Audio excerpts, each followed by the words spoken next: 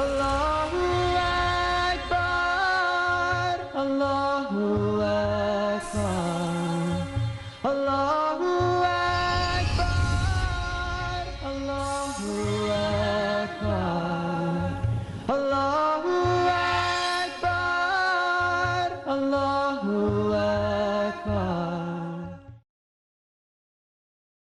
محترم ناظرین، پروگرام ایمان اور زندگی، اس میں آپ حضرات کا استقبال ہے۔ السلام علیکم ورحمۃ اللہ وبرکاتہ۔ آج کی بھی نشست کا موضوع ہے کمزور ایمان کی نشانیاں۔ رب اشرح لی صدری ویسر لی امری واحلل عقدۃ من لسانی یفقہوا قولی رب زدنی علما سبحانک لا علم لنا الا ما علمتنا انک انت العلیم الحکیم۔ اللہم صلی علی محمد وعلی آل محمد کما صلیت علی ابراہیم وعلی آل ابراہیم انک حمید مجید۔ اللہم بارک علی محمد وعلی آل محمد کما بارکت علی ابراہیم وعلی آل ابراہیم انک حمید مجید۔ محترم ناظرین، اس سے پہلے والی نشست میں ہم نے یہ سنا کہ کمزور ایمان کی نشانیاں کیا کیا ہیں۔ آج کی نشست میں ہم یہ بتائیں گے کہ کمزور ایمان کی نشانیاں اور کیا ہے۔ کمزور ایمان کی نشانیوں میں سے ایک نشانی یہ ہے آدمی کے اندر صرف عہدے کی لالچ کا آ جانا۔ عہدہ ملنا چاہیے، سرداری ملنی چاہیے، اسی کے پیچھے لگا ہوا ہے، چاہے جیسے بھی مل جائے، جیسے بھی ہاتھ آئے سرداری ملنی چاہیے۔ اگر دل کے اندر یہ چیز بیٹھی ہوئی ہے تو سمجھ جائیے ایمان ذرا ڈگمگا رہا ہے، کمزور ہو رہا ہے۔ نبی صلی اللہ علیہ وسلم نے منع فرمایا کہ سرداری مت مانگو۔ ایک حدیث کے اندر ارشاد فرمایا، صحیح بخاری کتاب الاحکام کتاب نمبر 93 حدیث نمبر 7148، انکم ستحرسون علی الامارہ وستکون ندامۃ یوم القیامہ فنعم المرضیہ وبئست الفاطمہ انکم ستحرسون علی الامارہ۔ ایک وقت ایسا آنے والا ہے تم سرداری کے لیے لالچ کرو گے، سرداری ملنی چاہیے، گروپ لیڈر ہونا چاہیے، کپتان ہونا چاہیے، مجھے وزیر اعلیٰ بنایا جائے، وزیر اعظم بنایا جائے، صدر بنایا جائے، عہدہ دیا جائے۔ عہدہ دیں گے تو خاموش رہے گا، عہدہ نہیں دیں گے نا تو الگ ہو جائے گا، ناراض ہو جائے گا، اسی چکر میں لگا ہوا ہے۔ نبی صلی اللہ علیہ وسلم فرمایا ایک وقت ایسا آنے والا تم لوگ لالچ کرو گے امارت کے لیے، سرداری کے لیے، قیامت کے دن افسوس ہوگا۔ پھر کہا فنعم المرضیہ وبئست الفاطمہ، ہاں بہترین ہے دودھ پلانے والی اور کتنی بری ہے دودھ چھوڑانے والی۔ مطلب سمجھ جائیے، دودھ پلانے والی، دودھ چھوڑانے والی، مطلب کیا؟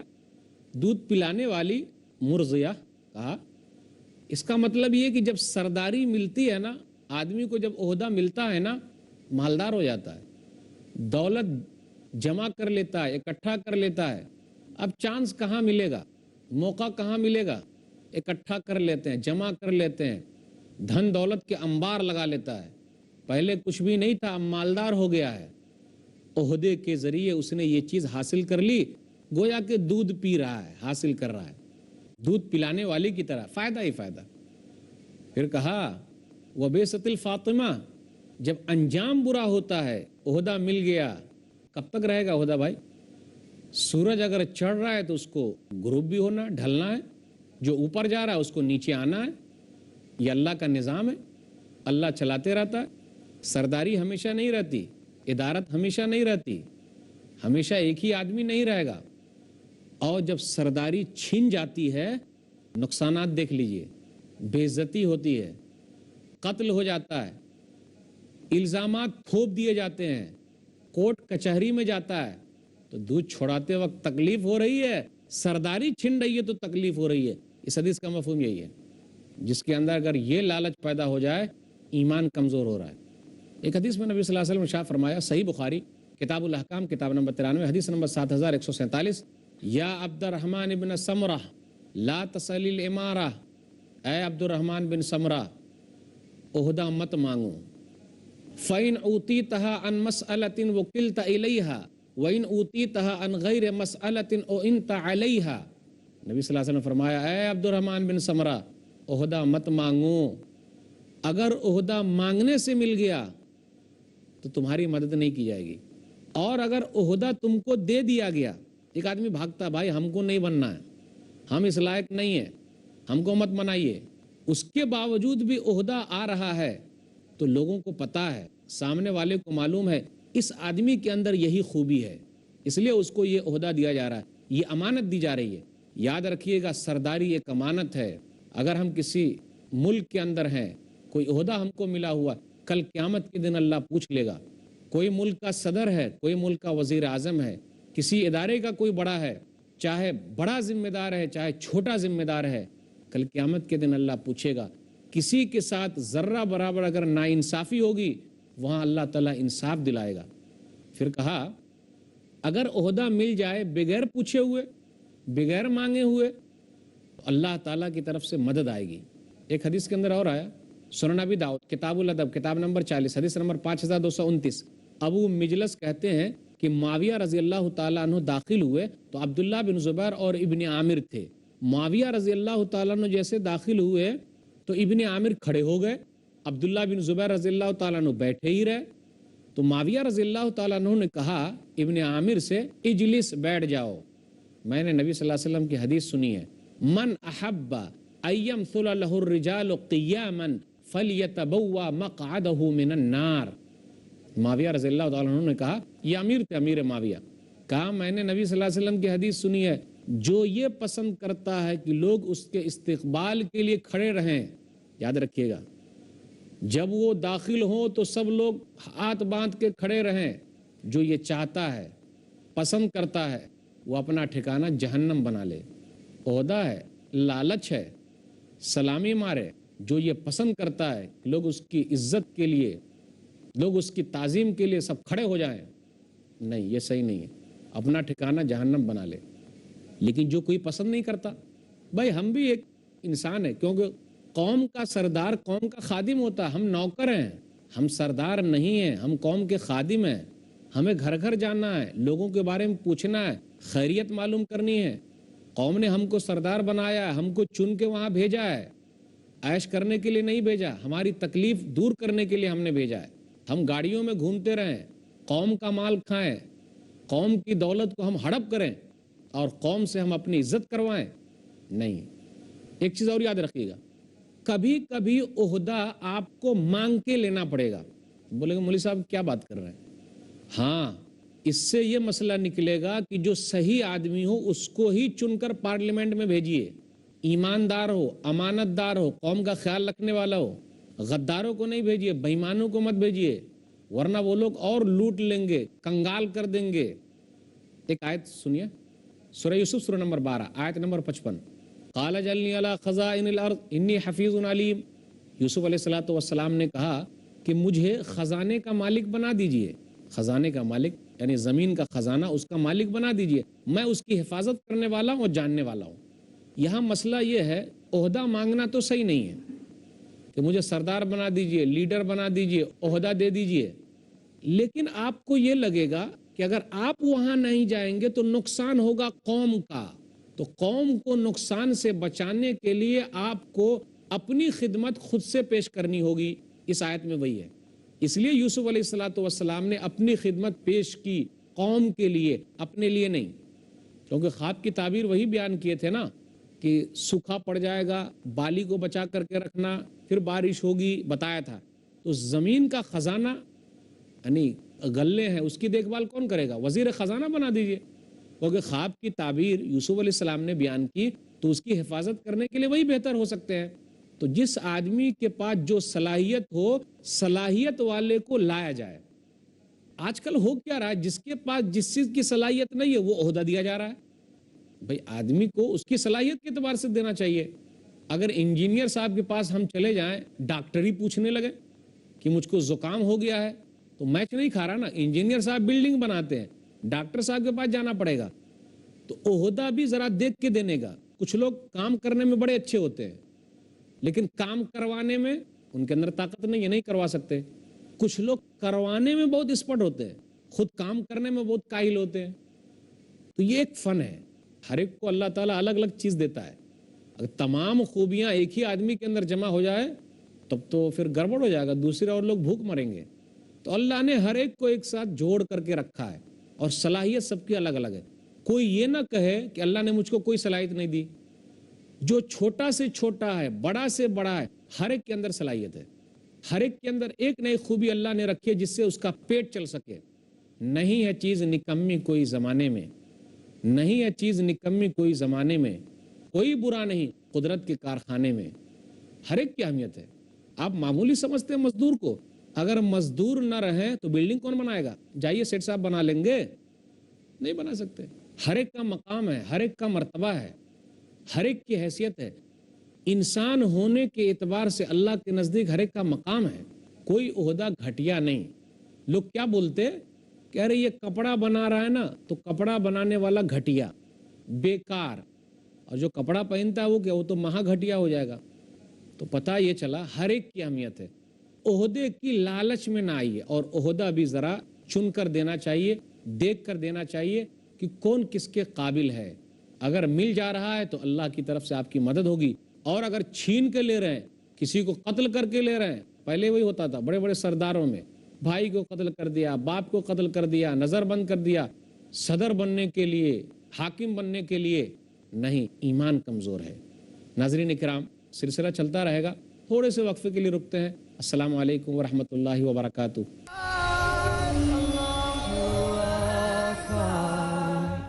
محترم ناظرین، وقفے کے بعد دوبارہ ہم آپ کی خدمت میں حاضر ہیں. السلام علیکم ورحمۃ اللہ وبرکاتہ. بات اپنی یہ چل رہی تھی کہ اگر عہدے کے بارے میں لالچ پیدا ہو جائے کہ مجھ کو عہدہ ملنا چاہیے، میں اس لائق ہوں، کوئی مانگ کے لیتا ہے زبردستی اور اسی چکر میں لگا رہتا ہے، تو سمجھ جائیے ایمان ذرا کمزور ہے. ایمان کو مضبوط کیجیے. خود سے اگر عہدہ مل گیا، سرداری مل گئی، اللہ مدد کرے گا. کمزور ایمان کی ایک نشانی یہ بھی ہے کہ ہمارے دلوں میں لالچ بیٹھ جائے، بخیلی آ جائے. دولت دولت دولت، جمع کرو جمع کرو جمع کرو، صرف لانے کی فکر ہے، آ جائے آ جائے آ جائے. دینے کی فکر نہیں ہے، اللہ کے راستے میں دینے کی. غریبوں کی مدد کی فکر نہیں ہے کہ اللہ نے کچھ دیا ہے تو اس کو دوں، نہ. اگر لالچ پیدا ہو رہی ہے، اور لالچ کے چکر میں دیکھ لیجئے کتنے مسائل ہمارے سامنے. بھائی نے بھائی کو قتل کر دیا، بھائی نے کسی اور کو مار دیا، پارٹنر نے پارٹنر کو مارا. یار یہ ختم ہو جائے گا نا تو زیادہ دولت آ جائے گی. پھر اسی طرح اولاد نے اپنے ماں باپ کو مارا، یہ بڈھا مرتا بھی نہیں ہے، کب یہ مرے گا کہ پوری دولت ہمارے ساتھ آ جائے. پھر سسرال والے کو مار دیا، وہ لوگ کب ختم ہوں گے کہ بیوی کے طرف سے جو ملنے والا وہ مل جائے. یعنی لالچ جب پیدا ہو جاتی ہے تو آدمی وہ قدم اٹھا دیتا ہے جو نہیں اٹھانا چاہیے. تو آپ دن رات اس کا وہی ہے، اڑنا بچھونا وہی ہے. ایک حدیث کے اندر آیا، صحیح مسلم کتاب البر والصلہ کتاب نمبر 45 حدیث نمبر 2578، اتقوا الظلم فإن الظلم ظلمات يوم القیامہ واتقوا الشح فإن الشح أهلك من كان قبلكم. لوگو ظلم کرنے سے بچو، کسی پر ظلم نہ کرو. اگر ہم کسی پر ظلم کریں گے، اگر اس کی آہ لگ جائے گی تو برباد.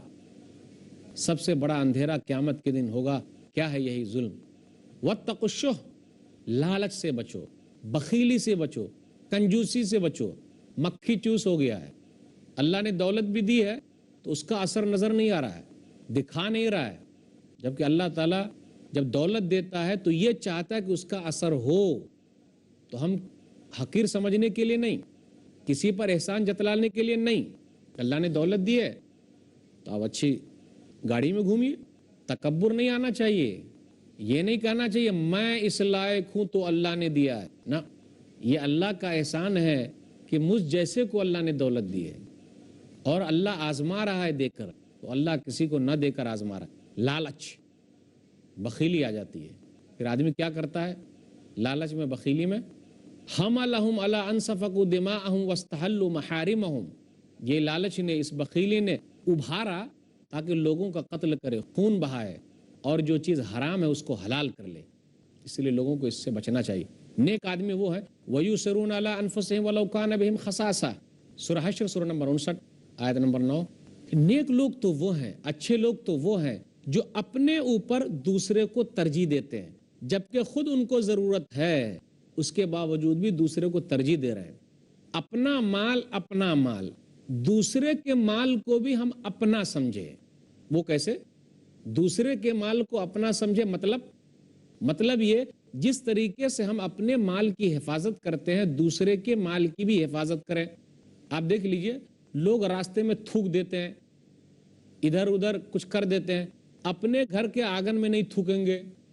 لوگ کیا کرتے ہیں، کوئی سامان ان کو دیجئے، غلط استعمال کر رہے ہیں۔ اپنے سامان کا استعمال غلط نہیں کریں گے۔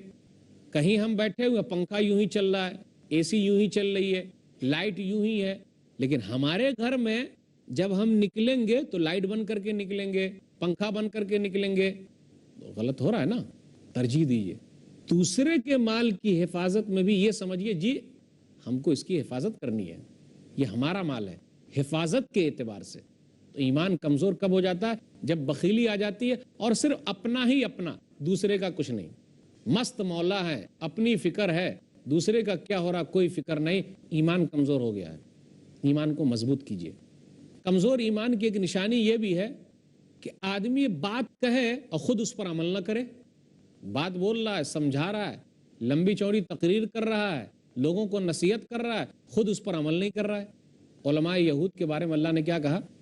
سورہ بقرہ سورہ نمبر 2 آیت نمبر 44، اتامرون الناس بالبر وتنسون انفسکم وانتم تتلون الکتاب افلا تعقلون، لوگوں کو بھلائی کا حکم دیتے ہو اور اپنے آپ کو بھول جاتے ہو جبکہ تم کتاب بھی پڑھتے ہو، کیا نصیحت حاصل نہیں کرتے؟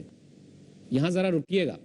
اگر کوئی یہ سمجھے کہ اگر وہ نیک کام نہیں کر رہا ہے تو دوسرے کو بھی نیک کام کا حکم نہ دے، نہیں، ایسا نہیں ہونا چاہیے۔ سورہ صف پڑھیے، سورہ نمبر 61، کیا ہے اس کے اندر؟ یا ایھا الذین آمنوا لما تقولون ما لا تفعلون کبر مقتا عند اللہ ان تقولوا ما لا تفعلون، اے ایمان والو جو تم کرتے نہیں ہو کہتے کیوں ہو؟ کتنی بری ہے چیز اللہ کے نزدیک، کہتے تو ہو کرتے نہیں ہو۔ اس سے کوئی یہ نہ سمجھے کہ جی آپ بولنا ہی نہیں ہے، خاموش رہنا ہے، غلط کام ہو رہا ہے ہم چھوڑ دیں، کیونکہ میں بھی تو غلط کام کر رہا ہوں تو میں کیوں سمجھاؤں؟ میں نماز نہیں پڑھتا ہوں تو اپنے بیٹے کو کیوں کہوں کہ بیٹا نماز پڑھو؟ نہ نہ نہ۔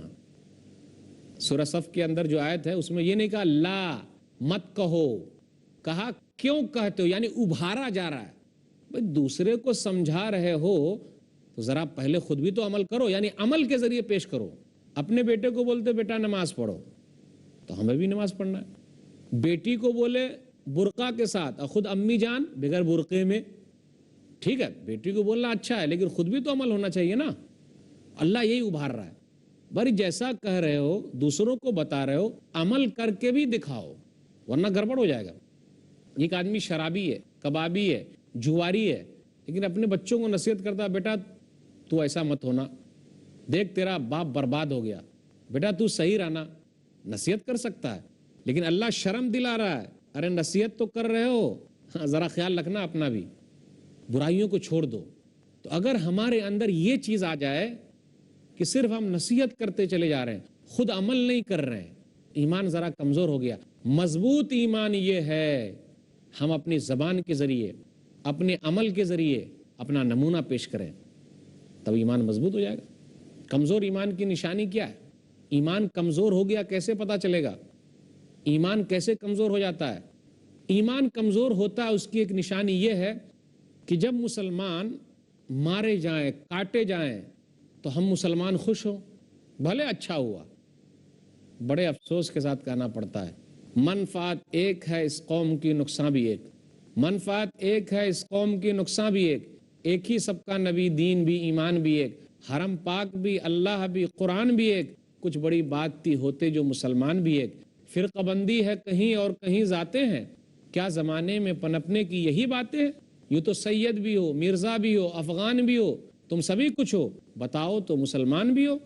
ہمارے کلمہ پڑھنے والے بھائی، اسلامی بھائی، دینی بھائی مارے جا رہے ہیں، کاٹے جا رہے ہیں، ہم ان کے لیے دعا تک بھی نہیں کر سکتے، ہم خوش ہو رہے ہیں؟ جی نہیں۔ اگر ایسی چیز آ گئی ہم خوش ہو جائیں تو ہمارا ایمان کمزور ہو گیا ہے، مضبوط کرنے کی ضرورت ہے۔ ایمان کمزور ہو جانے کی ایک نشانی یہ ہے گناہ تو کریں لیکن اس کو معمولی سمجھیں، بولا چلے گا کوئی مسئلہ نہیں ہے، ٹخنے کے نیچے ہماری پینڈ ہے بولتے ہیں چلے گا، چلے گا نہیں بھائی، وہ حصہ آگ میں جلے گا۔ مسند احمد جلد نمبر 1 صفحہ نمبر 42، ایاکم ومحقرات الذنوب فإنہن یجتمعن علی الرجل حتی یہلکن، لوگوں گناہ کو معمولی نہ جانو، حقیر مت سمجھو، اگر یہ جمع ہو جائیں تو لوگوں کو ہلاک کر دیں، برباد کر دیں۔ اب غور کیجئے، ذرہ ذرہ اگر مل جائے تو پہاڑ ہو جائے، قطرہ قطرہ اگر مل جائے تو سمندر بن جائے، دریا بن جائے، گناہ اگر چھوٹے چھوٹے جمع ہو جائیں تو یہ ہلاک کر دینے والے ہو جائیں۔ آدمی جب چوری کرتا ہے، چھوٹی چھوٹی چوری سے پکا چور بن جاتا ہے۔ اگر چھوٹی چھوٹی چوری کو نہ روکا گیا، منع نہیں کیا گیا، اس کی سرزنش نہیں کی گئی، اس کی پکڑ نہیں ہوئی، تو آگے چل کے پکا چور ہو جائے گا، بڑا چور بن جائے گا۔ تو پتہ یہ چلا پہلے مرحلے ہی میں بتا دیا جائے، پہلے مرحلے ہی میں روک دیا جائے تاکہ آگے چل کے نقصان نہ ہو۔ تو گناہ کو معمولی سمجھنا بھی نقصان ہے۔ اور یاد رکھیے، لوگوں کے سامنے گناہ تنہائی میں بھی اگر گناہ ہے تو گناہ، کیونکہ تنہائی میں جو دیکھنے والا ہے نا، وہ گواہ کون ہے؟ وہاں کوئی گواہ نہیں ہے، گواہ اللہ ہے جو سب سے بڑا گواہ ہے۔ رمضان کے دنوں میں ہم اور آپ کھاتے پیتے نہیں ہیں کیونکہ روزے سے ہیں۔ مجھے پیاس لگتی ہے، مجھے بھوک لگتی ہے، میں گھر کے کونے میں جا سکتا ہوں، کھا سکتا ہوں، پی سکتا ہوں، لیکن میں کھاتا نہیں، پیتا نہیں۔ کیوں؟ کوئی دیکھے نہ دیکھے، اوپر والا دیکھ رہا ہے، کوئی انسان تو گواہ ہے ہی نہیں۔ تو تنہائی میں بھی بچ کے رہیے، وہاں بھی گناہ نہیں ہونا چاہیے، کیونکہ وہاں کا جو گواہ ہے وہ سب سے بڑا گواہ اللہ تعالیٰ ہے۔ ایک حدیث پر غور کیجئے، سنن ابن ماجہ کتاب الزہد کتاب نمبر 37 حدیث نمبر 4245، لَأَعْلَمَنَّ أَقْوَامًا مِّنْ أُمَّتِي يَأْتُونَ يَوْمَ الْقِيَامَةِ بِحَسَنَاتٍ أَمْثَالِ الْجِبَالِ تِهَامَةِ بِيضًا۔ نبی صلی اللہ علیہ وسلم نے فرمایا، میں چند لوگوں کو جانتا ہوں اپنی امت میں سے، یہ تہامہ پہاڑ جو ہے نا، اتنی نیکیاں لے کر آئیں گے، پھر اللہ تعالیٰ ان نیکیوں کو گرد و غبار کی طرح اڑا دے گا۔ صوبان رضی اللہ تعالیٰ نے اس حدیث کی راوی میں کہا، صفہم لنا جلہم لنا اللہ نکون منہم ونحن لا نعلم۔ نبی صلی اللہ علیہ وسلم آپ یہ بتلا دیجئے ان کی صفت کیا ہے، ان کی نشانی کیا ہے، وہ لوگ کیسے ہوں گے، کیونکہ ہم لوگ نہیں جانتے ہیں۔ کہیں ایسا تو نہ ہو کہ ہم لوگ انہی میں سے ہو جائیں گے، ہم میں سے کچھ لوگ ہوں۔ کہا سنو، اما انہم اخوانکم ومن جلدتکم، وہ لوگ تمہارے بھائی ہیں، تمہی میں سے ہیں، رات میں اٹھ کر نماز پڑھتے ہیں۔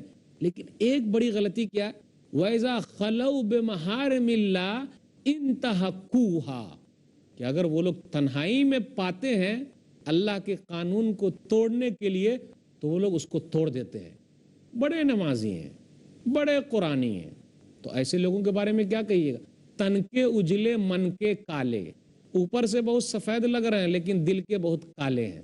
تو ناظرین کرام، ایمان کمزور ہو جانے کی نشانی یہی ہے، گناہ تو ہو معمولی ہے چلے گا، اس سے بچ کے رہیے۔ اللہ تعالی ہم سب کو اس کی توفیق دے۔ سبحان ربک رب العزت عما یصفون وسلام علی المرسلین والحمد للہ رب العالمین، والسلام علیکم ورحمۃ اللہ وبرکاتہ۔ Allah